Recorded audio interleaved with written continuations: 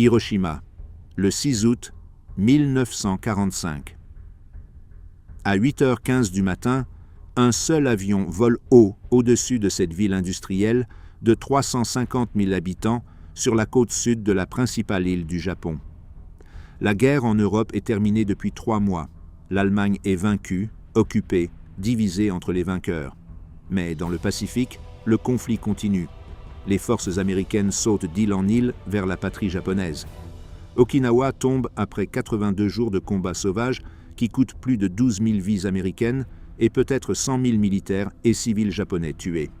Des raids de bombardement incendient Tokyo, Osaka, Kobe, Nagoya. 67 villes japonaises brûlent. Pourtant, la direction militaire du Japon refuse de se rendre. La situation stratégique laisse aux planificateurs alliés des calculs sombres.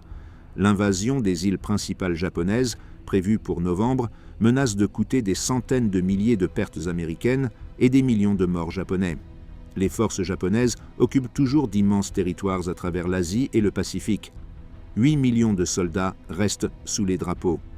Le gouvernement de Tokyo émet des déclarations de résistance jusqu'à la fin amère. Les civils s'entraînent avec des lances en bambou. Les enfants se préparent à mourir pour l'empereur. Pendant ce temps, dans le désert du Nouveau-Mexique, 3 semaines plus tôt, des scientifiques font exploser la première bombe atomique au monde.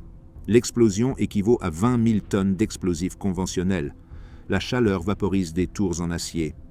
La lumière brille plus que 1000 soleils. Maintenant, cette nouvelle puissance terrifiante arrive sur Hiroshima. La ville s'étend à travers le delta de la rivière Ota, où 7 affluents se jettent dans la mer intérieure. Elle sert de quartier général pour la 2e armée générale du Japon, défendant le sud de Honshu. Des installations militaires parsèment le paysage urbain. Des usines produisent des armes, des munitions, des fournitures militaires. Des lignes ferroviaires relient la ville au réseau national. Le port gère des expéditions militaires. Pourtant, Hiroshima a été épargnée par le bombardement au napalm qui ravage d'autres villes japonaises. Les citoyens se demandent pourquoi les bombardiers américains passent au-dessus sans larguer leur cargaison. Certains croient que la ville n'a aucune valeur stratégique. D'autres murmurent que des proches américains des habitants locaux plaident pour la clémence. La plupart se sentent simplement reconnaissants pour chaque jour sans flamme tombant du ciel. En jeu, il n'y a rien de moins que l'avenir de la guerre, l'équilibre du pouvoir mondial et la vie de millions de personnes à travers le théâtre pacifique. Si cette arme réussit comme ses créateurs le promettent, le Japon fait face à l'annihilation à moins qu'il ne se rende immédiatement. Si elle échoue, les forces américaines doivent envahir les plages du Japon dans ce que les planificateurs militaires prédisent comme étant la campagne la plus sanglante de toute la guerre. Les chefs militaires japonais se préparent à cette invasion avec une stratégie de défense acceptant la mort de l'ensemble de la population civile comme coût acceptable pour préserver l'honneur national. L'armée impériale japonaise renforce les côtes. Elle stocke des armes dans des grottes de montagne. Elle disperse des avions pour des attaques kamikazes. Elle organise des unités de milices civiles. Et elle attend. L'air du matin est clair et chaud sur Hiroshima. La chaleur estivale cuit déjà la ville à 8 heures. Les ouvriers des usines commencent leur quart de travail.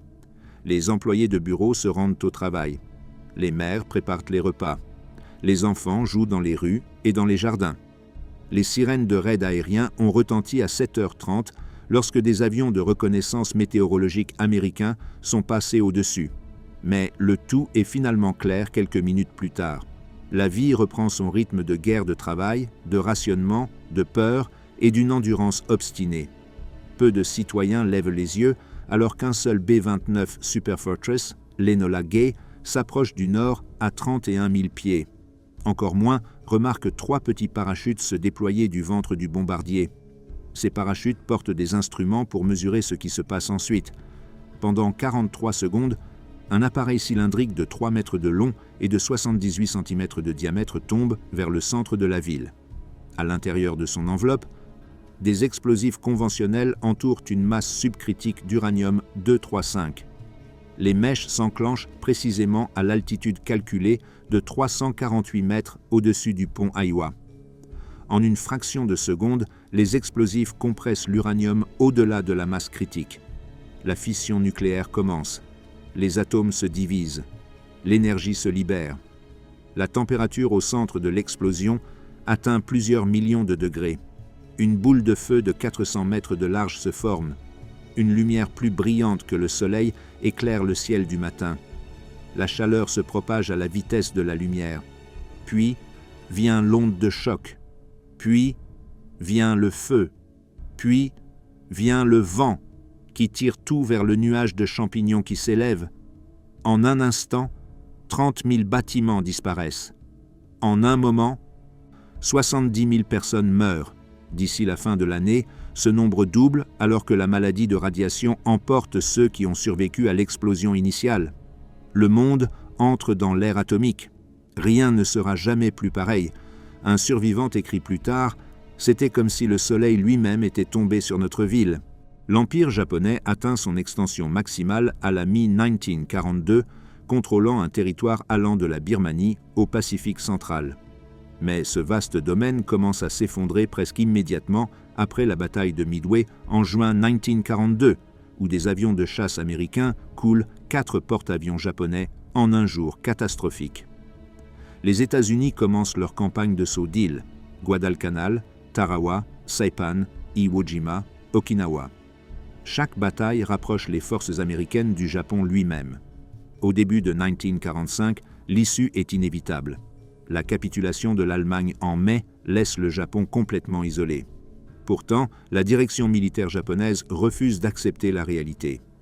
Le Conseil suprême pour la direction de la guerre débat sans fin, sans parvenir à un consensus. Les chefs militaires insistent sur le fait que le Japon peut encore obtenir des conditions de paix favorables grâce à une dernière bataille décisive. Le Premier ministre Kantaro Suzuki essaie de naviguer entre les militaires intransigeants et les fonctionnaires qui reconnaissent que la défaite est certaine. L'empereur Hirohito reste en grande partie silencieux, lié par la Convention constitutionnelle. Le gouvernement ne donne aucun indice de reddition, même si les bombardements stratégiques américains réduisent les villes japonaises en cendres. Le 21e commandement des bombardiers du général Curtis LeMay adopte de nouvelles tactiques dévastatrices à partir de mars 1945. Les bombardiers B-29 volent à faible altitude lors des attaques nocturnes, larguant des bombes incendiaires conçues pour créer des tempêtes de feu dans les villes en bois et en papier du Japon. La première attaque sur Tokyo le 9 mars tue plus de 100 000 personnes en une seule nuit. Les attaques ultérieures détruisent Nagoya, Osaka, Kobe, Yokohama. En août, 67 villes japonaises ont brûlé. Le peuple japonais endure cette horreur avec une résignation stoïque. Les pénuries alimentaires s'aggravent, la malnutrition se propage. Pourtant, le gouvernement ne montre aucun signe de capitulation. Le projet Manhattan commence en 1942 sous la direction scientifique de J. Robert Oppenheimer. Des milliers de scientifiques et d'ingénieurs travaillent dans des installations secrètes à travers les États-Unis. À Los Alamos, au Nouveau-Mexique, des physiciens développent 2 conceptions de bombes. La première, un appareil à canon de uranium surnommé Petit Garçon, semble si fiable qu'elle ne nécessite aucun test. La seconde conception, un appareil d'implosion de plutonium surnommé Gros Homme, exige des tests approfondis. Le 16e juillet 1945, des scientifiques font exploser la première bombe atomique sur le site du test de Trinity au Nouveau-Mexique. L'explosion dépasse les attentes. La boule de feu vaporise la tour de test en acier. Le sable se fige en verre radioactive.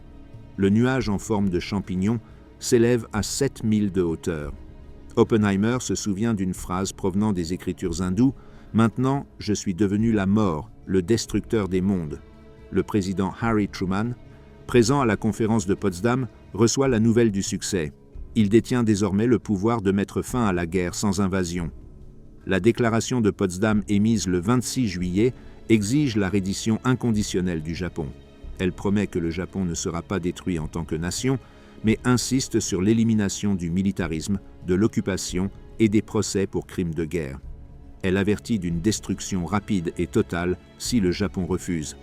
Le Premier ministre Suzuki annonce publiquement que le Japon ignorera la déclaration utilisant le mot « mokusatsu », tué par le silence. Cette réponse scelle le destin d'Hiroshima. Les planificateurs américains sélectionnent des villes cibles en fonction de critères spécifiques. Chacune doit avoir une signification militaire, être suffisamment grande pour démontrer la puissance de l'arme et rester relativement intacte par rapport au bombardement précédent afin que les effets atomiques puissent être clairement évalués. Hiroshima remplit tous les critères à la perfection. La ville sert de quartier général de la deuxième armée générale. Elle contient des dépôts de fournitures militaires, des installations d'embarquement et des usines de fabrication. Sa population de 350 000 en fait la 7e plus grande ville du Japon. Les bombardiers américains l'ont délibérément évité lors des raids précédents. Le groupe composite 509e s'entraîne pour la mission atomique à Wendover Field dans l'Utah, puis se déploie sur l'île de Tinian. Le colonel Paul Tibbets commande l'unité. Le 4 août, des techniciens assemblent Little Boy dans un bâtiment climatisé sur Tinian. L'arme complète pèse 9700 livres. Elle contient une puissance destructrice équivalente à 15 000 tonnes de TNT comprimées dans un paquet de 3 mètres de long. Les rapports de reconnaissance météorologique indiquent un ciel dégagé sur Hiroshima le 5e août. À 2h45 du matin du 6 août, l'Enola Gay décolle de Tinian, à la peine sous le poids du carburant et des bombes. Le vol vers le nord dure 6 heures. Le capitaine de la marine William Parsons arme la bombe pendant le vol. À 7h30, l'avion atteint la côte japonaise. Hiroshima se réveille pour son dernier matin. Les ouvriers d'usine pointent, les écoliers se rassemblent pour des assemblées. Les femmes au foyer font des courses dans les marchés. Les soldats s'entraînent dans les casernes. La défense civile de la ville maintient une vigilance constante. Des milliers de civils, y compris des collégiens, participent à la création de pare-feu en démolissant des bâtiments. De nombreux travailleurs de la démolition se rassemblent dans le centre-ville ce lundi matin. À 8h89, les sirènes d'alerte retentissent. La plupart supposent qu'il s'agit d'un autre vol de reconnaissance. Peu de gens se mettent à l'abri. Le signal de la fin de l'alerte retentit à 8h14. Les gens sortent. Le travail reprend. Une minute plus tard, à 8h15 et 17 secondes, le Enola Gay largue Little Boy depuis 31 000 pieds.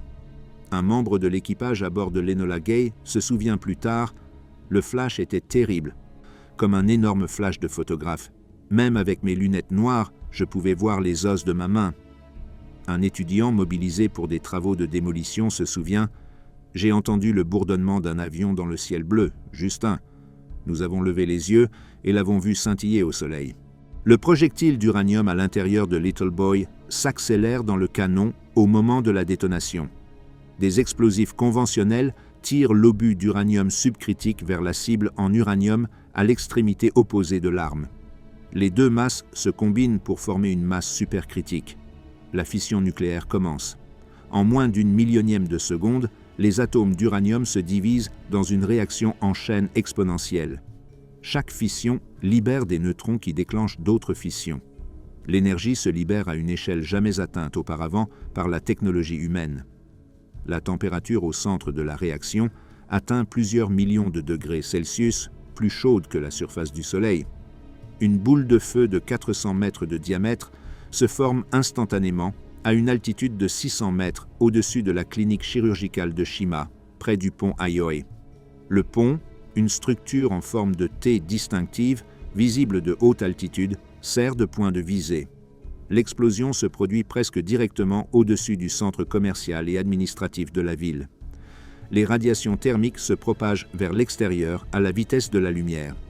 Tout ce qui se trouve dans 1 kilomètre de l'hypocentre subit une chaleur dépassant 3000 degrés Celsius. Le granit fond, les tuiles de toit fusionnent, le métal se vaporise. Les corps humains directement sous la boule de feu se transforment en ombre de carbone sur les surfaces en pierre, la seule trace de leur existence. Les personnes situées à 1 kilomètre de l'explosion meurent instantanément. Celles qui sont plus éloignées ont quelques secondes pour réaliser que quelque chose d'inimaginable s'est produit. L'éclair remplit le ciel. L'obscurité devient aussi lumineuse qu'à midi. Les survivants décrivent une lumière blanche silencieuse qui semble remplir l'univers. Une jeune femme se tenant dans sa cuisine voit l'éclair et tombe instinctivement au sol. L'onde de choc arrive une seconde plus tard, voyageant à la vitesse du son. Elle démolit sa maison autour d'elle. Un soldat sur une colline à 3 kilomètres de là voit la ville s'illuminer soudainement d'une lumière blanche éblouissante. Il se jette au sol.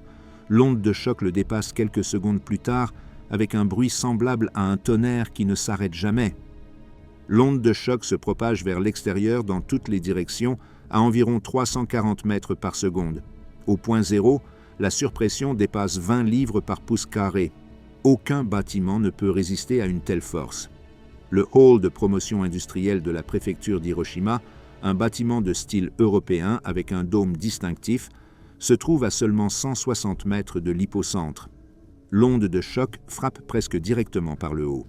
Les murs du bâtiment survivent parce que la pression les frappe perpendiculairement. Mais la structure du dôme reste debout, même si tout autour se désintègre. Cette structure, préservée plus tard comme le dôme de la bombe atomique, devient le seul bâtiment près du point zéro reconnaissable après l'explosion. Dans un rayon de 2 km, 90% de tous les bâtiments s'effondrent ou sont gravement endommagés. L'onde de choc frappe les maisons en bois comme un poing géant. Les murs explosent vers l'extérieur. Les toits se soulèvent et virevoltent dans les airs. Les bâtiments en béton se fendent et s'effritent. Le verre se brise en millions d'éclats volants qui tranchent tout sur leur passage. Les personnes à l'intérieur des bâtiments meurent écrasées sous les murs et les toits qui s'effondrent. Ceux qui sont à l'extérieur sont projetés dans les airs comme des feuilles dans un ouragan. L'onde de choc comprime l'air si violemment que de nombreux organes internes des victimes se rompent à cause de la différence de pression. Le feu suit immédiatement l'explosion. L'onde thermique enflamme tout ce qui est combustible dans un rayon de 2 km du foyer. Le papier, le bois, le tissu, tout s'enflamme simultanément. Des milliers de feux individuels se rejoignent en une tempête de feu. La chaleur crée des courants ascendants puissants qui aspirent l'air de toutes les directions, nourrissant les flammes avec de l'oxygène. Les vitesses du vent atteignent 100 km par heure, aspirant les débris, la fumée et les personnes vers l'inferno croissant. La tempête de feu génère son propre système météorologique. L'air chaud monte rapidement, créant un vide partiel au niveau du sol. L'air frais se précipite pour remplir ce vide, créant des tempêtes de vent qui attisent les flammes plus haut. La pluie noire commence à tomber environ 20 minutes après l'explosion. Le nuage de champignons s'élève à 9 miles dans l'atmosphère, transportant avec lui des débris pulvérisés, des matériaux vaporisés et des particules radioactives. La vapeur d'eau se condense autour de ces particules dans la fraîche atmosphère supérieure. De grosses gouttes huileuses commencent à tomber sur les périphéries nord-ouest de la ville. La pluie est noire, contaminée par de la suie, des cendres et des retombées radioactives. Les gens pris dans l'ouragan de feu titubent à travers les ruines brûlantes à la recherche d'eau. Certains boivent la pluie noire, ne sachant pas qu'elle transporte un poison. D'autres essaient de laver des brûlures avec, introduisant des particules radioactives dans leur chair. Les survivants émergent des décombres dans un paysage transformé au-delà de toute reconnaissance. Le centre-ville a disparu. Là où se trouvait auparavant un quartier urbain animé avec des magasins, des maisons, des bureaux et des temples, il ne reste que la dévastation plate qui s'étend dans toutes les directions. Des incendies brûlent partout. La fumée obscurcit le ciel. Les vivants errent parmi les morts, beaucoup trop choqués pour parler ou crier. Des brûlures couvrent la peau exposée. Les vêtements ont été arrachés par l'explosion. Des fragments de verre font saillie de la chair. Beaucoup de gens marchent comme dans un état de transe, les bras tendus devant eux pour éviter que la peau brûlée de leurs mains et de leurs bras ne touche leur corps. Les rivières Motoyasu et Onkawa, qui traversent le centre d'Hiroshima, deviennent des charniers. Des milliers de personnes, leur corps en flammes, titubent vers l'eau à la recherche de soulagement. Elles sautent ou tombent dans les rivières et se noient. Les corps s'accumulent le long des rives. L'eau elle-même devient chaude à cause du nombre de personnes brûlantes qui y pénètrent. Certains survivants s'accrochent aux pilotis des ponts ou flottent sur des débris. D'autres s'enfoncent simplement sous la surface, trop faibles pour nager. Les rivières, qui auraient dû offrir refuge, deviennent des fosses communes contenant des milliers de cadavres qui flotteront dans le courant pendant des jours. Les établissements médicaux cessent d'exister, L'hôpital de la Croix-Rouge de Hiroshima, le plus grand établissement médical de la ville, se trouve à environ 1 km de l'hypocentre. L'explosion écrase la plupart du bâtiment, tuant les patients et le personnel instantanément. Le docteur Terufumi Sasaki, l'un des rares médecins à survivre, se retrouve soudainement responsable du traitement de centaines de personnes gravement blessées avec presque aucun approvisionnement ni assistance. Le matériel médical de l'hôpital est enseveli sous les décombres. Les armoires à médicaments sont brisées. Les lits sont des éclats de bois. Le docteur Sasaki travaille continuellement pendant des jours, souvent avec ses mains nues, sachant que pour la plupart des patients, il ne peut rien faire. Les infirmières et les médecins qui survivent font face à une catastrophe écrasante. 70% du personnel médical d'Hiroshima meurt dans l'explosion ou dans ses suites immédiates. Ceux qui restent épuisent rapidement leur fourniture limitée de bandages, de médicaments et de matériel chirurgical. Ils ne peuvent pas comprendre la nature des blessures qu'ils voient. Des brûlures couvrent des corps entiers. L'exposition aux radiations provoque des symptômes que personne ne reconnaît. Les personnes qui semblent seulement légèrement blessées se détériorent soudainement et meurent. Les blessures refusent de guérir. Les victimes vomissent de manière incontrôlable. Les cheveux tombent par touffes. La peau développe des taches violettes qui marquent des saignements internes. Les médecins n'ont aucun cadre pour comprendre ce qui se passe. La communication avec le monde extérieur meurt avec la ville. Chaque ligne téléphonique est coupée. Les stations de télégraphe sont détruites. L'équipement radio brûle. La gare est démolie. Pendant des heures, le reste du Japon ne sait rien de ce qui s'est passé à Hiroshima. Le quartier général militaire à Tokyo reçoit des rapports confus d'une explosion massive, mais les détails restent vagues. L'ampleur de la catastrophe ne devient claire que lorsque des avions de reconnaissance survolent la ville des heures plus tard et photographient la dévastation. Même alors, les responsables ne peuvent pas croire ce qu'ils voient. Une ville entière a été détruite par une seule bombe. Une telle chose semble impossible. Les survivants capables de marcher commencent à évacuer la ville. Ils trébuchent à travers des rues en flammes vers les banlieues, vers les collines, vers n'importe quel endroit loin de l'enfer. Beaucoup s'effondrent avant d'atteindre la sécurité. D'autres réussissent à atteindre des quartiers suburbains ou des villages voisins et répandent l'horreur dans ces zones. Les résidents des villes situées à 5 et 10 km d'Hiroshima voient des milliers de personnes blessées titubant vers eux, demandant de l'eau, suppliant de l'aide, puis mourant dans leurs rues. Ces communautés périphériques deviennent rapidement submergées par des victimes qu'elles n'ont pas la capacité de soigner. Le nuage de champignons au-dessus d'Hiroshima s'élève à une hauteur de 13 km. Les membres d'équipage à bord de l'Enola Gay, volant maintenant loin de la ville à pleine vitesse, sentent le bombardier trembler sous l'onde de choc bien qu'il soit à 17 km de distance. Ils se retournent et voient le nuage monter vers eux. Le mitrailleur de queue Bob Caron le décrit comme une créature vivante, une masse tourbillonnante de couleurs, violet, rouge, blanc et marron. Le nuage se propage à son sommet dans la forme caractéristique de champignon qui deviendra le symbole de la guerre atomique. Sous ce nuage, 70 000 personnes sont déjà mortes. Une autre 70 000 mourront dans les 5 années à venir à cause de brûlures, de blessures et de maladies causées par les radiations. La nuit tombe sur une ville qui n'existe plus. Des feux brûlent de manière incontrôlée. Il n'y a pas de pompiers pour les combattre, pas de conduite d'eau intacte pour fournir de l'eau, aucun bâtiment à sauver. La tempête de feu consume tout ce qui est combustible et s'éteint progressivement par manque de carburant. Les survivants se blottissent dans les décombres, beaucoup incapables de bouger, appelant à l'eau, appelant à l'aide, appelant des membres de leur famille qui ne répondront jamais.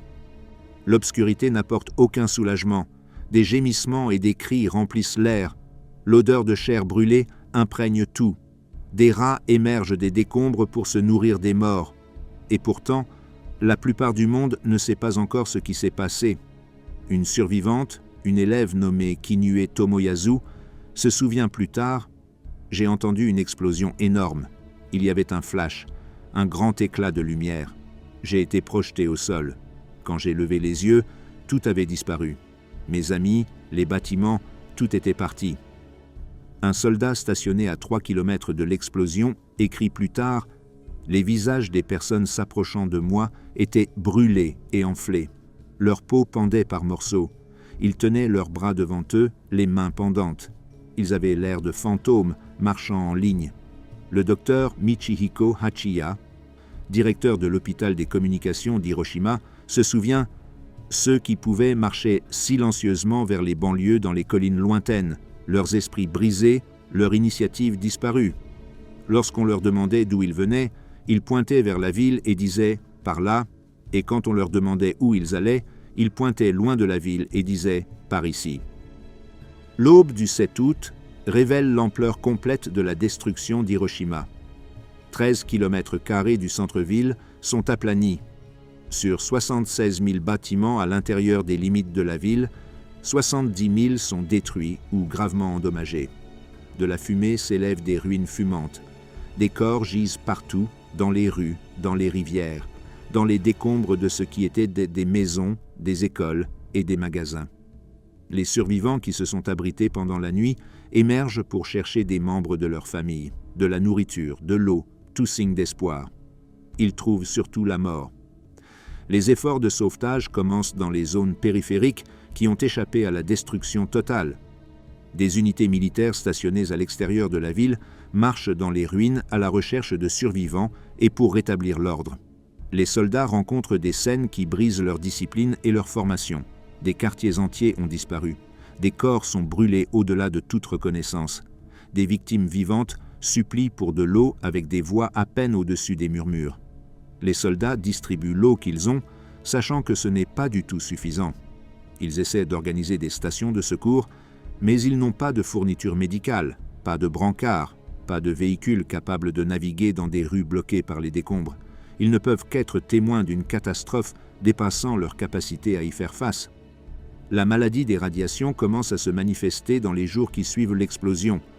Les personnes qui ont survécu avec seulement des blessures mineures développent soudainement des symptômes mystérieux. Elles vomissent incessamment. Elles ont de fortes fièvres.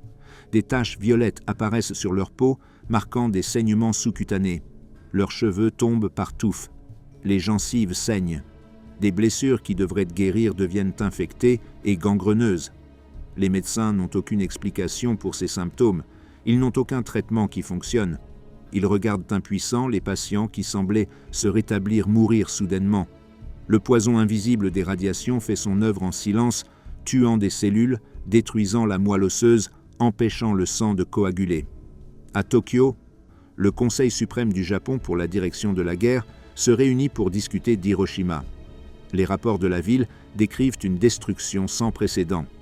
Les analystes du renseignement militaire concluent que les Américains ont utilisé un nouveau type de bombe, possiblement de nature atomique. Le ministre des Affaires étrangères Shigenori Togo soutient que ce développement rend la reddition impérative. Le ministre de la Guerre, le général Hanami, n'est pas d'accord.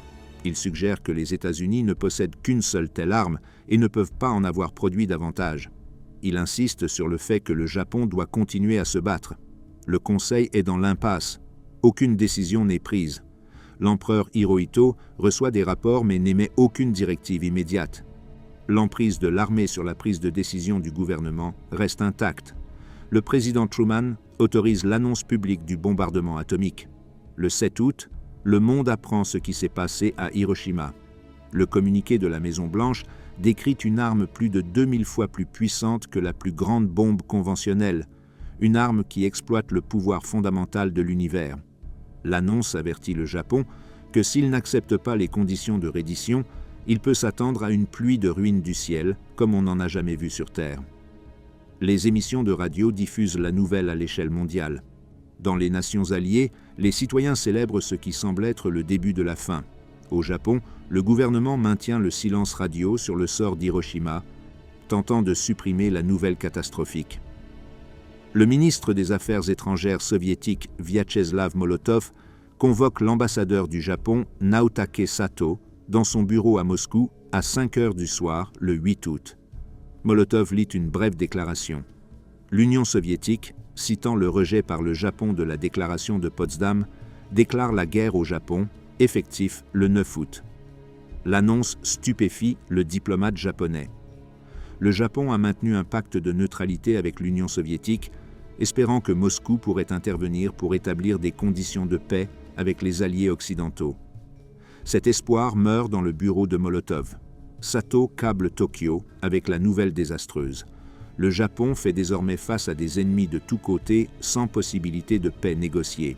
À 1 minute après minuit, le 9 août, les forces soviétiques lancent leur offensive dans la Mandchourie, occupée par les Japonais. 1,5 million de soldats soviétiques soutenus par 5000 chars et 5000 avions franchissent la frontière. L'armée de Kwantung japonaise, autrefois la force de combat la plus redoutable de l'Empire, a été dépouillée de ses meilleures unités pour défendre les îles principales et combattre dans le Pacifique. Les forces restantes, mal équipées et en sous-effectif, s'effondrent en quelques heures sous l'assaut soviétique. Les colonnes mécanisées soviétiques traversent les plaines mandchoures. Les lignes défensives japonaises s'effondrent. Des milliers de soldats japonais se rendent, des milliers d'autres fuient. La dernière grande armée de l'Empire en dehors des îles principales cesse d'exister en tant que force de combat efficace en 3 jours. À 11h02 du matin, le 9 août, tandis que les dirigeants japonais débattent des implications de l'entrée soviétique dans la guerre, le major Charles Sweeney pilote le bombardier B-29 Bockscar vers sa cible principale de Kokura. Bockscar transporte Fat Man, la bombe à implosion au plutonium. Les nuages obscurcissent Kokura pendant 3 bombardements. Le feu anti-aérien augmente. Le carburant vient à manquer en raison d'un malfonctionnement. Sweeney se détourne vers la cible secondaire, Nagasaki. À 11h02, Fat Man tombe de la soute à bombe. À 11h02:43, elle explose à une altitude de 500 mètres au-dessus de la vallée d'Urakami, dans le nord de Nagasaki. Fat Man produit 22 kilotonnes, plus puissant que Little Boy, mais le terrain vallonné de Nagasaki limite les dégâts de l'explosion. La bombe explose au-dessus d'une vallée industrielle plutôt que d'un centre urbain plat. Les collines protègent certaines parties de la ville de l'impulsion thermique et de l'onde de choc. Néanmoins, l'arme anéantit complètement la vallée d'Urakami. Les usines Mitsubishi Steel and Arms, les usines d'armement Mitsubishi Urakami et de nombreuses plus petites fabriques disparaissent. Les quartiers résidentiels s'évanouissent. La cathédrale d'Urakami, la plus grande église chrétienne d'Asie, s'effondre. Environ 35 000 personnes meurent sur le coup.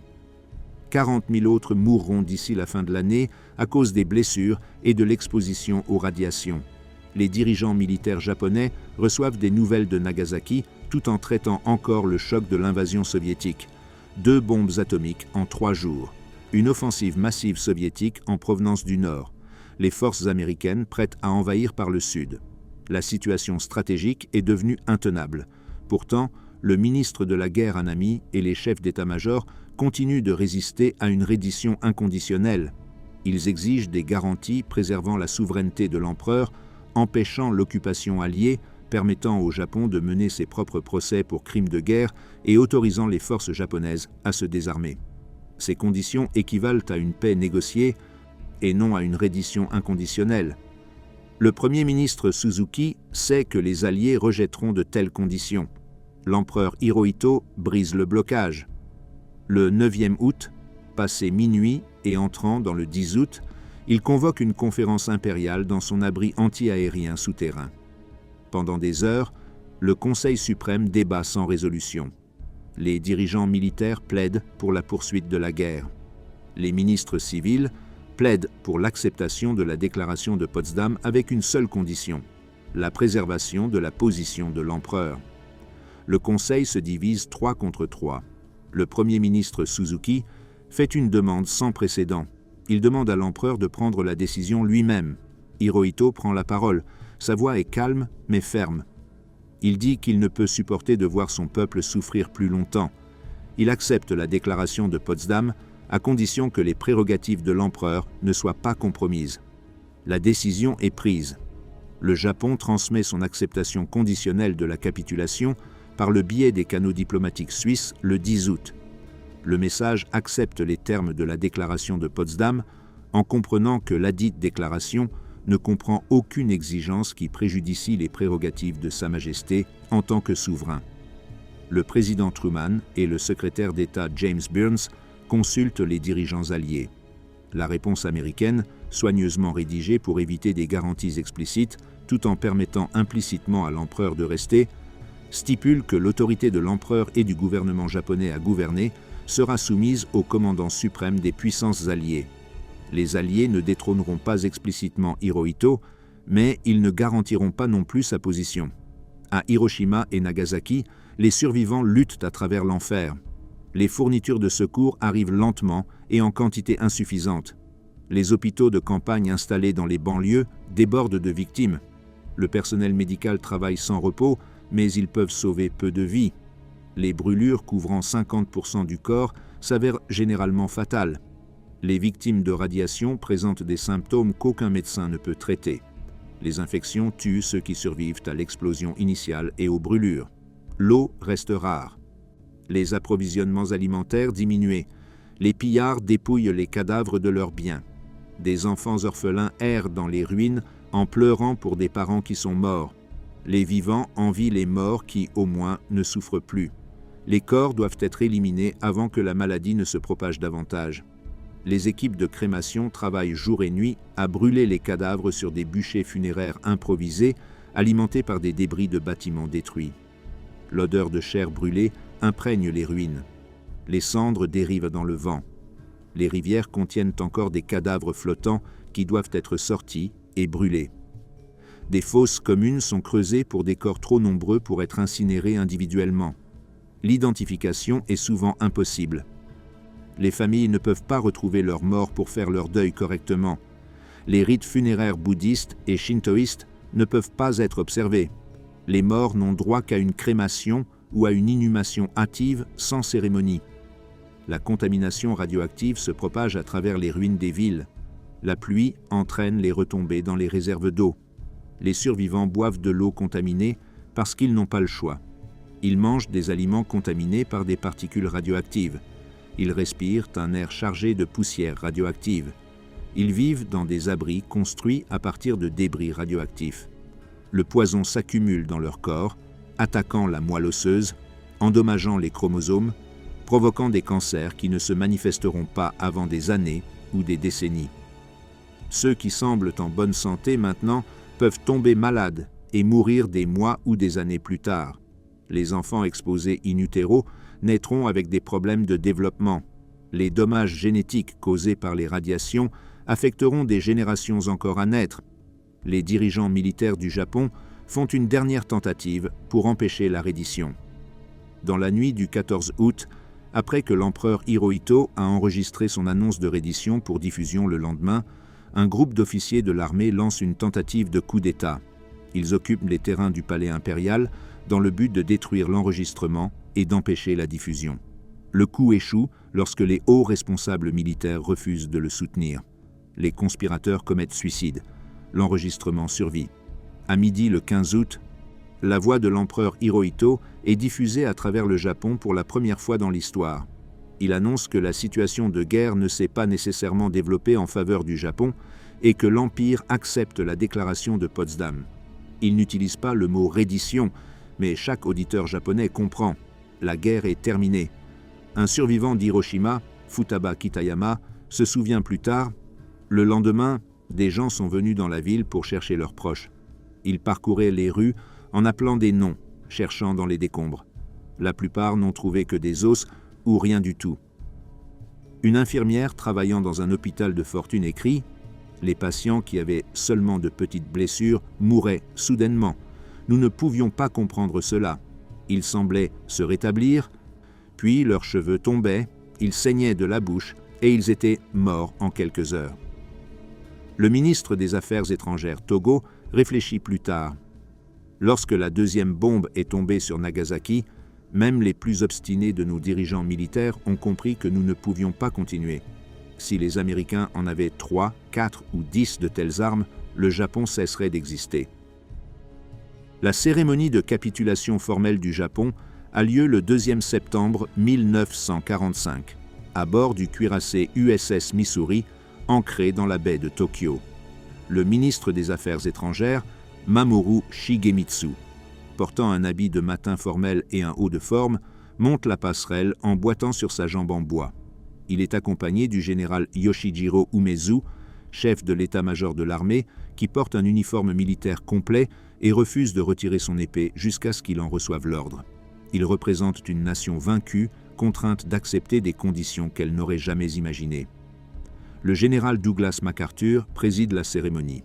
L'amiral Chester Nimitz représente la marine des États-Unis. Des délégués de la Chine, de la Grande-Bretagne, de l'Union soviétique, d'Australie, du Canada, de la France, des Pays-Bas et de la Nouvelle-Zélande sont témoins de la capitulation du Japon. Le document de capitulation se trouve sur une table en désordre recouverte de feutre vert.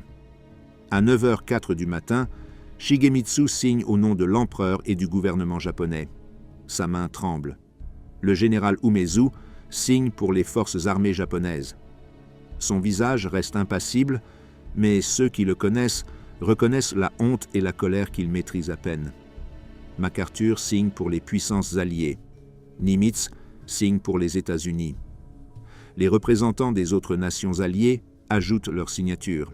La cérémonie dure 23 minutes. Lorsqu'elle se termine, l'Empire japonais en tant qu'entité politique cesse d'exister après 2600 ans de continuité impériale revendiquée. Le soleil s'est couché sur le pays du soleil levant. Les forces d'occupation américaines atterrissent sur le terrain aérien d'Atsugi le 30e août. MacArthur arrive le 30e août en tant que commandant suprême des puissances alliées.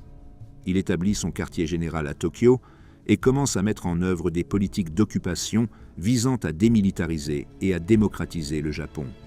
L'empereur reste sur son trône, mais perd son statut divin. Le 1er janvier 1946, Hirohito diffuse un autre discours renonçant à sa divinité et reconnaissant son humanité. Ce geste choque la société japonaise traditionnelle, mais est exigé par les occupants.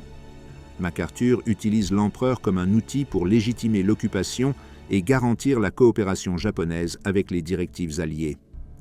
L'occupation transforme le Japon fondamentalement. Les autorités américaines purgent les dirigeants militaires et les ultranationalistes des postes de pouvoir. Elles dissoudent complètement les forces armées.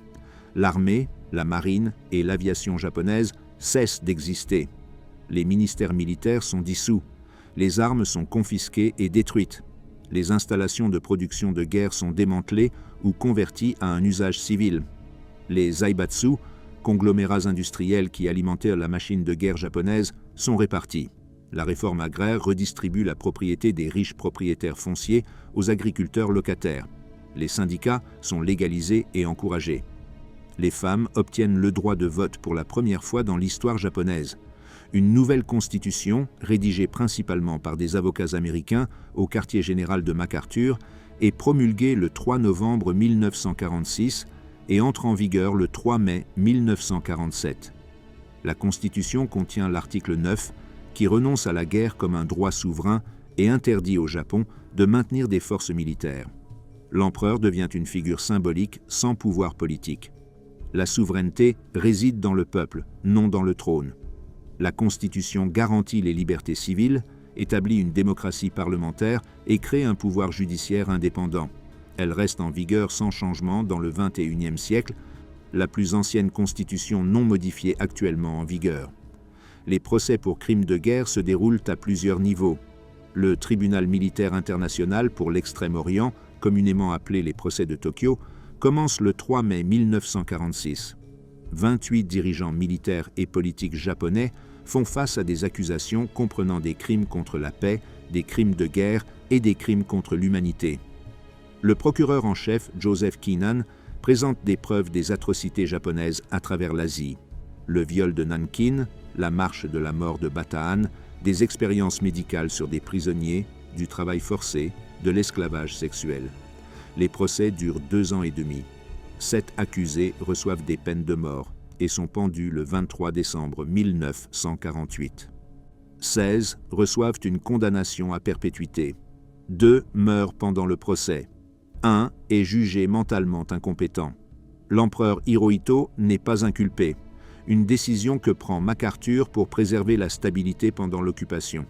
Le général croit que traduire l'empereur en justice provoquerait une résistance massive et rendrait le Japon ingouvernable. Les critiques soutiennent que cela permet à l'homme qui a présidé aux guerres d'agression du Japon d'échapper à la justice. Les défenseurs répondent qu'Hirohito était un monarque constitutionnel lié par les décisions de ses ministres. Le débat sur sa responsabilité se poursuit. Quoi qu'il en soit de sa culpabilité réelle, la décision de ne pas le poursuivre permet une occupation fluide et la transformation du Japon en une démocratie pacifique. Les procès de classe inférieure poursuivent des milliers de militaires pour des crimes de guerre conventionnels. Les criminels de guerre de classe B et de classe C font face à la justice pour des atrocités spécifiques, massacres de prisonniers et de civils, torture, travail forcé, esclavage sexuel. Les procès ont lieu dans toute l'Asie, à des endroits où les crimes ont été commis. Plus de 5000 Japonais ont été condamnés. Environ 900 sont exécutés. Beaucoup reçoivent des peines d'emprisonnement. Les procès, bien que imparfaits, établissent des précédents pour la poursuite des crimes de guerre et jettent les bases du droit pénal international moderne. Les questions sur la moralité des bombardements atomiques commencent presque immédiatement. Le président Truman défend la décision comme nécessaire pour sauver des vies. Il cite les pertes projetées pour l'opération Downfall, l'invasion prévue du Japon, que les planificateurs militaires estiment pourrait coûter des centaines de milliers de vies américaines et des millions de morts japonais. Le secrétaire à la guerre Henry Stimson soutient que les bombes ont raccourci la guerre de plusieurs mois, empêchant la poursuite des bombardements conventionnels, la famine causée par le blocus naval et les avancées soviétiques qui auraient tué bien plus de personnes que celles qui ont péri à Hiroshima et Nagasaki. Les critiques émergent même dans l'immédiat après-guerre. Certains dirigeants militaires se demandent si les bombardements étaient nécessaires. L'amiral William Leahy, chef d'état-major de Truman, écrira plus tard que les Japonais étaient déjà vaincus et prêts à se rendre. Le général Dwight Eisenhower exprime des vues similaires. Ils soutiennent que la situation du Japon était désespérée. Marine détruite, forces aériennes épuisées, villes incendiées, économie étranglée, et maintenant l'Union soviétique entrant en guerre. La reddition était inévitable. Selon ce point de vue, les bombes atomiques n'ont fait qu'accélérer un résultat qui serait survenu de toute façon, rendant leur utilisation contre des populations civiles moralement indéfendables. Le débat s'intensifie au cours des décennies suivantes, alors que davantage d'informations deviennent disponibles. Les historiens examinent les documents du gouvernement japonais d'août 1945. Certains soutiennent que ceci montre que le Japon cherchait des conditions de reddition avant que les bombes atomiques n'éclatent. D'autres affirment que les dirigeants militaires japonais étaient prêts à lutter jusqu'à la suicide nationale plutôt que d'accepter une reddition inconditionnelle. L'argument repose sur l'interprétation de preuves incomplètes et des spéculations contrefactuelles sur ce qui se serait passé si des bombes atomiques n'avaient pas été utilisées. Aucun consensus ne se dégage. Chaque génération réexamine la décision à travers son propre cadre moral. À Hiroshima et à Nagasaki, la reconstruction physique progresse lentement mais régulièrement. Le gouvernement japonais désigne les deux villes comme bénéficiant d'une aide spéciale à la reconstruction. Les urbanistes conçoivent des rues plus larges et des espaces ouverts pour prévenir la propagation des feux de tempête à l'avenir. Hiroshima se reconstruit autour du concept de devenir une ville de paix. Le centre-ville détruit devient le parc du Mémorial de la Paix, préservant le dôme de la bombe atomique en tant que monument et avertissement. Nagasaki préserve également les sites d'hypocentres et construit des installations de paix. Les deux villes attirent l'attention internationale en tant que symbole des conséquences humanitaires des armes nucléaires. La reprise économique surprend les observateurs. Au début des années 1950, l'économie japonaise croît rapidement. Les politiques d'occupation américaines, initialement punitives, passent à soutenir la reprise alors que les tensions de la guerre froide augmentent et que les États-Unis recherchent un allié stable, prospère et anticommuniste en Asie. L'aide américaine afflue au Japon. La guerre de Corée, débutant en juin 1950, fournit un énorme stimulus alors que le Japon devient une base de fabrication et de logistique pour les forces des Nations Unies. Les usines qui construisaient des armes construisent maintenant des camions, des navires et des fournitures pour l'effort de guerre. L'économie est en plein essor. À la fin des années 1950, le miracle économique japonais est en cours. Hiroshima et Nagasaki participent à cette récupération tout en développant simultanément des identités en tant que ville de paix. Le tourisme se développe autour des mémoriaux de la paix. Des conférences internationales sur le désarmement nucléaire se tiennent dans les deux villes. Les hibakusha s'organisent et deviennent des voix puissantes contre les armes nucléaires. Ils témoignent aux Nations Unies. Ils voyagent à l'international pour partager leurs expériences. Ils font pression sur les gouvernements. Leurs témoignages gardent vivante la mémoire des conséquences humanitaires de la guerre atomique alors que le monde construit des arsenaux nucléaires toujours plus grands. Le traité de San Francisco, signé le 8 septembre 1951, met officiellement fin à l'état de guerre entre le Japon et la plupart des puissances alliées. Il entre en vigueur le 28 avril 1952, mettant fin à l'occupation. Le Japon retrouve sa souveraineté en tant que nation indépendante. Le traité est généreux comparé aux conditions sévères imposées à l'Allemagne après la Première Guerre mondiale. Le Japon perd des territoires acquis par la conquête, mais conserve les îles principales. Les réparations sont limitées. Le Japon est autorisé à reconstruire son économie. L'objectif est de créer un Japon stable, démocratique et prospère, aligné avec l'Occident contre le communisme. Le traité de sécurité entre les États-Unis et le Japon, signé simultanément avec le traité de paix, permet aux bases militaires américaines de rester sur le sol japonais. Cet arrangement se poursuit dans le XXIe siècle, faisant du Japon une pierre angulaire de la présence stratégique américaine en Asie. Les bases protègent le Japon, qui manque de forces militaires significatives en raison de sa constitution pacifiste. Elles servent également les intérêts américains en projetant le pouvoir à travers le Pacifique. L'arrangement s'avère mutuellement bénéfique malgré des tensions occasionnelles sur les emplacements des bases et des incidents criminels impliquant du personnel américain. En 1955, une décennie après les bombardements atomiques, le Japon s'est transformé presque au-delà de la reconnaissance. La démocratie fonctionne, l'économie croît rapidement, les niveaux de vie augmentent. La menace militaire que le Japon représentait pour l'Asie a disparu. Le pays qui a lancé des guerres de conquête à travers le Pacifique est devenu une nation commerçante pacifique. Les villes qui ont été anéanties se reconstruisent. La transformation n'est pas complète ou sans problème, mais la direction est claire. De la destruction apocalyptique, quelque chose de nouveau émerge. Un diplomate japonais réfléchit plus tard: les bombes atomiques ont détruit nos villes, mais ont aussi détruit le militarisme qui nous a conduits à la ruine. De cette destruction est née l'opportunité de reconstruire le Japon en tant que démocratie pacifique. La question de savoir si cela justifie l'utilisation des bombes est une question que chaque personne doit répondre pour elle-même. Le général MacArthur, en faisant le bilan de son mandat en tant que commandant suprême, déclare plus tard: la bombe atomique a fourni la démonstration ultime que toute résistance était vaine. Elle a donné à l'empereur et à ceux qui cherchèrent la paix la justification nécessaire pour surmonter les militaires obstinés. Que ce fut le seul moyen d'obtenir la reddition, nous ne le saurons jamais avec certitude. Le bilan humain des bombardements atomiques défie la compréhension. À Hiroshima, les estimations placent le nombre de morts immédiates entre 70 et 80 000 personnes tuées en quelques secondes ou minutes après l'explosion.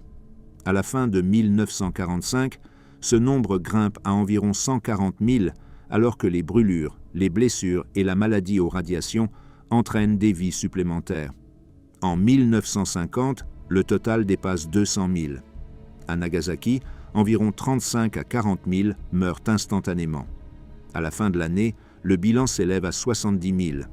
En 1950, il atteint presque 140 000. À eux deux, les bombardements tuent bien plus de 300 000 êtres humains, avec des décès continuant pendant des décennies après. Les blessés surpassent de loin les morts dans l'immédiat après coup. Les estimations suggèrent que 100 000 personnes à Hiroshima souffrent de blessures graves nécessitant un traitement médical. À Nagasaki, le nombre approche 75 000. Des brûlures couvrent leur corps. Des éclats de verre et des débris lacèrent leur chair. Des os brisés, des membres écrasés et des blessures internes affligent des milliers de personnes. Mais l'infrastructure médicale pour traiter ces victimes n'existe plus. Les 150 médecins d'Hiroshima sont réduits à moins de 30 capables de travailler. Sur les 1700 infirmières de la ville, plus de 1300 sont décédées ou incapables de travailler. Les fournitures médicales sont détruites.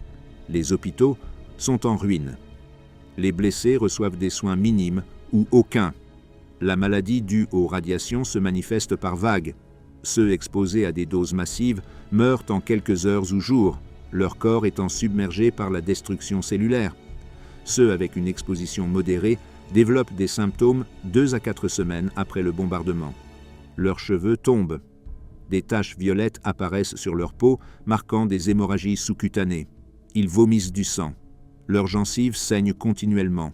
Leurs globules blancs chutent, les laissant sans défense contre les infections. Beaucoup meurent de septicémie à mesure que leurs systèmes immunitaires s'effondrent. Ceux qui survivent à cette phase aiguë font face à des conséquences pour la santé à vie, y compris des taux de cancer dramatiquement augmentés, des cataractes, des maladies du foie et des problèmes cardiovasculaires. Les enfants souffrent de manière disproportionnée.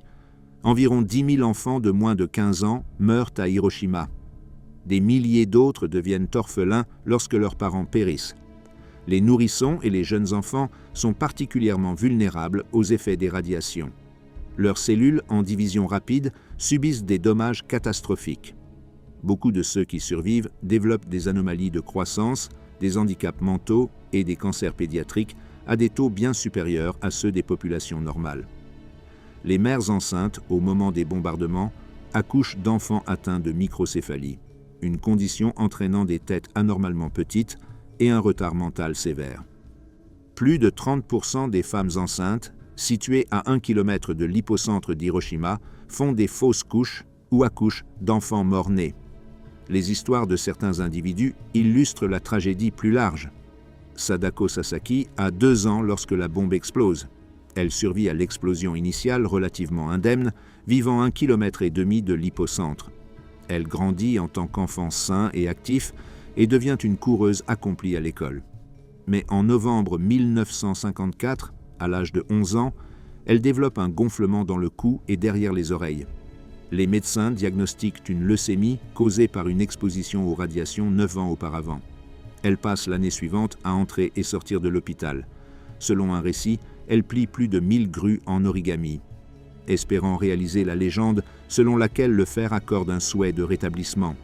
Elle meurt le 25 octobre 1955. Elle a 12 ans. Les prisonniers de guerre détenus à Hiroshima et Nagasaki périssent également lors des bombardements. Environ une douzaine de prisonniers de guerre américains meurent à Hiroshima, retenus dans un quartier général de la police militaire près du centre-ville. À Nagasaki, des prisonniers de guerre néerlandais, britanniques et australiens, travaillant comme ouvriers forcés dans les chantiers navals Mitsubishi, sont tués lorsque Fat Man explose. Leur décès reçoit peu d'attention pendant des décennies, une note de bas de page inconfortable à la narration du triomphe technologique américain. Les autorités japonaises nient initialement la présence de prisonniers alliés, puis reconnaissent plus tard leur décès sans fournir de détails ni d'assistance aux familles en quête d'informations. Le déplacement des populations est massif. De la population d'Hiroshima avant la guerre, qui était de 350 000, environ 62 000 fuient ou sont évacués suite au bombardement. Ils se dispersent dans les villes et villages environnants, submergeant les ressources locales. Beaucoup vivent dans des camps de fortune avec des abris, de la nourriture et des conditions d'assainissement inadéquats. Les maladies se propagent rapidement parmi ces populations réfugiées. La dysenterie, le typhus et la tuberculose tuent ceux qui ont survécu à l'explosion atomique. L'hiver 1945 apporte des températures glaciales et de fortes chutes de neige. Les réfugiés meurent d'exposition, blottis dans des cabanes construites avec du bois récupéré et de la tôle. La destruction des infrastructures approche de la totalité dans les centres des 2 villes. À Hiroshima, 69% de tous les bâtiments sont détruits ou gravement endommagés. 13 km² sont réduits en terrain vague. Chaque pont traversant les affluents de la rivière Ota est endommagé ou détruit. Les voies ferrées sont tordues. Les routes sont impraticables sous les débris. Le réseau électrique cesse de fonctionner. Les conduites d'eau se rompent. Les lignes téléphoniques sont coupées. Les canalisations de gaz fuient ou explosent. La base économique de la ville est anéantie. Usines, ateliers, magasins, bureaux, tout a disparu. L'emploi s'évapore du jour au lendemain pour des dizaines de milliers de personnes qui survivent. Les corps doivent être éliminés avant que la décomposition ne propage des maladies. Les équipes de crémation travaillent continuellement pendant des semaines, brûlant des cadavres sur des bûchers improvisés, alimentés par des débris. Le gouvernement de la ville d'Hiroshima organise des opérations de collecte et de crémation systématiques. Des travailleurs, dont beaucoup sont des soldats de unités extérieures, rassemblent les corps en tas et les brûlent en plein air. L'identification est généralement impossible. Les familles ne peuvent pas localiser leurs morts. Les pratiques funéraires bouddhistes et shintoïstes, nécessitant des prières et des rituels spécifiques, ne peuvent pas être observées. La crémation de masse viole des croyances profondément ancrées concernant le traitement des morts avec dignité. Mais la nécessité l'emporte sur la tradition. Les cendres de ces crémations de masse sont ensuite inhumées dans des fosses communes, marquées uniquement par la date. Les rivières continuent de produire des cadavres pendant des semaines. Les rivières Motoyazu et Honkawa, qui traversent le centre de Hiroshima, deviennent des sites de récupération où des travailleurs récupèrent des corps chaque jour. De nombreux cadavres sont gonflés au-delà de toute reconnaissance. Certains sont carbonisés noirs, d'autres montrent peu de dégâts externes, mais sont morts de radiation ou par noyade. Les équipes de récupération sortent des milliers de corps de l'eau et les transportent vers des sites de crémation. La puanteur de la mort imprègne la ville.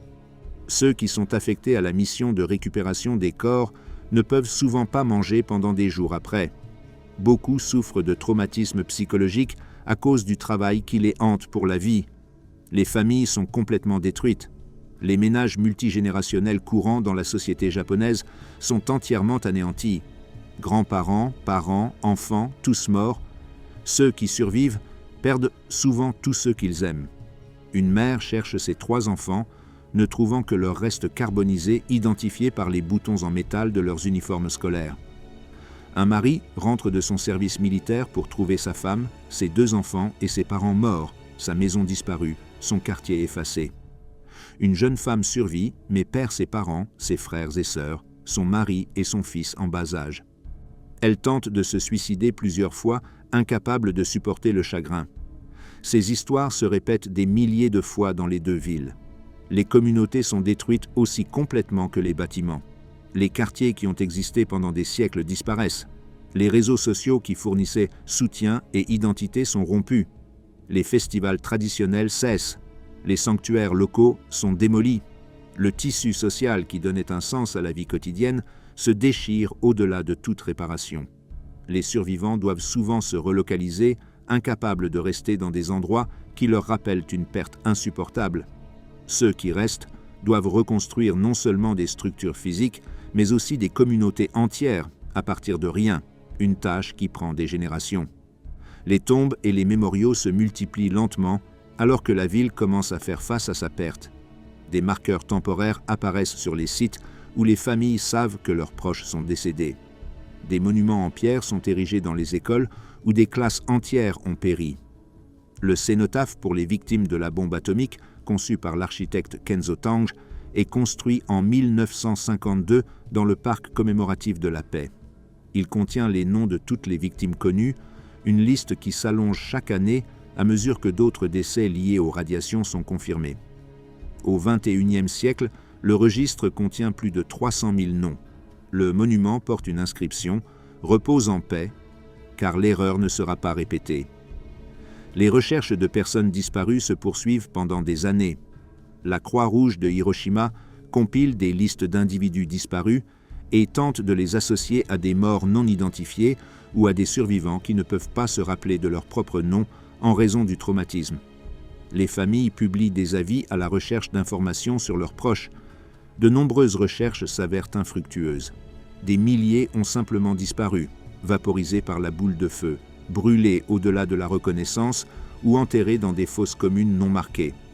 Leurs familles ne reçoivent jamais de confirmation de décès, ne trouvent jamais de restes à incinérer correctement, n'atteignent jamais la clôture que fournissent les rites funéraires traditionnels. L'incertitude s'avère aussi déchirante que la mort confirmée. Des cicatrices invisibles persistent à travers les générations. Les hibakusha portent un traumatisme qui ne guérit jamais complètement. Ils souffrent de cauchemars, de flashbacks et d'anxiété sévère. La culpabilité du survivant afflige ceux qui ont vécu pendant que des membres de la famille sont morts. Beaucoup développent une dépression. Les taux de suicide parmi les survivants dépassent les taux de la population générale. Les enfants nés de Hibakusha souffrent de taux accrus d'anomalies génétiques et de malformations à la naissance, bien que pas aussi gravement que redouté au départ. Le poids psychologique passe aux générations suivantes qui grandissent avec des parents incapables de parler de leurs expériences, des familles définies par l'absence et la perte, des communautés hantées par des fantômes atomiques. Une survivante, Akiko Takakura, témoigne plus tard « J'avais 20 ans, travaillant à la banque d'Hiroshima à 400 mètres de l'hypocentre. Tous les autres dans le bâtiment sont morts. J'ai survécu par chance, protégé par la structure en béton du bâtiment. Mais j'ai passé les 70 années suivantes à me demander pourquoi j'ai vécu alors que tout le monde autour de moi est mort. » Une infirmière travaillant dans des stations de secours écrit « Nous avions des milliers de patients et presque pas de médicaments, pas de bandages, pas d'équipement. Nous pouvions seulement leur donner de l'eau et les regarder mourir. Les brûlures étaient si sévères que la peau venait dans nos mains lorsque nous essayions de les traiter. Les bombardements atomiques d'Hiroshima et de Nagasaki ont changé de façon irrévocable le calcul stratégique de la Seconde Guerre mondiale. La capitulation du Japon, le 15e août 1945, est survenue 6 jours après la destruction de Nagasaki et coïncide avec l'offensive soviétique en Mandchourie. Il reste débattu de savoir si les bombes atomiques à elles seules ont forcé la capitulation ou si la combinaison des armes nucléaires et de l'entrée soviétique s'est révélée décisive. Ce qui est certain, c'est que les bombardements ont démontré un niveau de pouvoir destructeur qui a rendu la résistance continue vaine.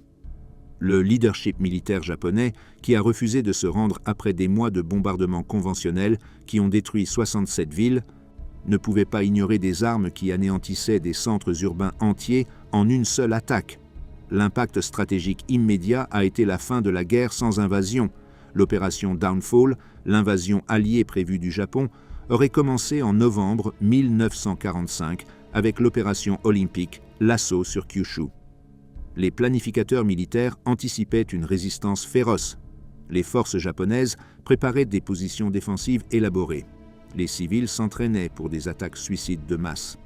Les estimations des pertes potentielles variaient considérablement, mais même les projections conservatrices suggéraient des centaines de milliers de décès alliés et des millions de pertes militaires et civiles japonaises.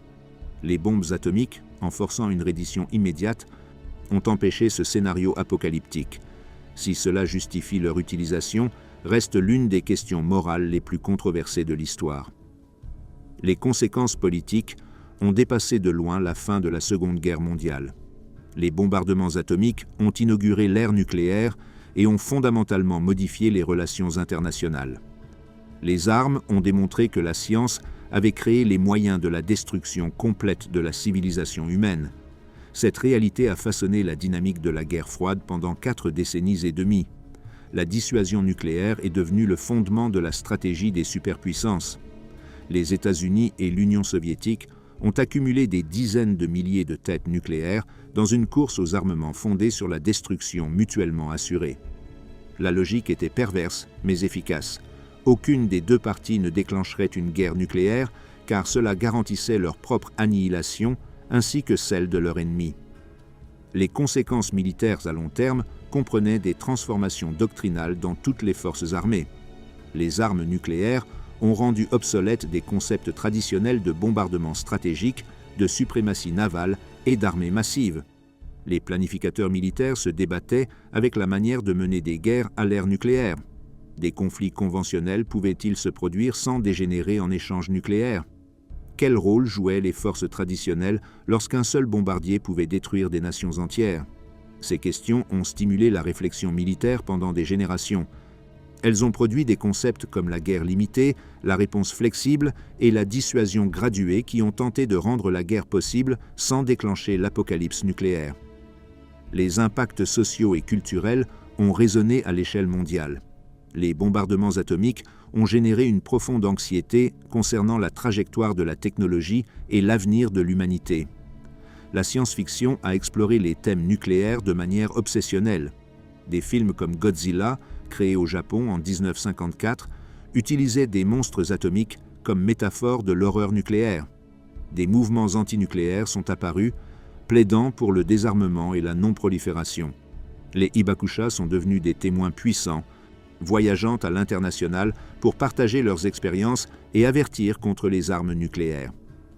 Leurs témoignages ont humanisé les discussions abstraites sur les mégatonnes et le poids de frappe, rappelant au monde que la guerre nucléaire signifie des enfants incinérés, pas seulement des cibles militaires détruites. Hiroshima et Nagasaki se sont reconstruites en tant que villes de paix. La population d'Hiroshima, qui est tombée à environ 137 000 immédiatement après le bombardement, a retrouvé des niveaux d'avant-guerre d'ici 1955 et a continué à croître. La ville est devenue un centre pour l'éducation à la paix et la défense du désarmement nucléaire. Le Muséum du Mémorial de la Paix, ouvert en 1955, préserve des artefacts du bombardement et éduque les visiteurs sur les conséquences humanitaires des armes nucléaires. Chaque 6 août, Hiroshima organise des cérémonies commémoratives auxquelles assistent des survivants, des dignitaires et des citoyens ordinaires engagés à s'assurer que les bombes atomiques ne soient jamais utilisées à nouveau. La mémoire des bombardements varie selon les cultures et les nations. Aux États-Unis, beaucoup considèrent que les bombes atomiques étaient nécessaires pour mettre fin à la guerre et sauver des vies. Ce récit met l'accent sur l'agression japonaise, les atrocités commises lors des guerres de conquête du Japon et les pertes projetées en cas d'invasion.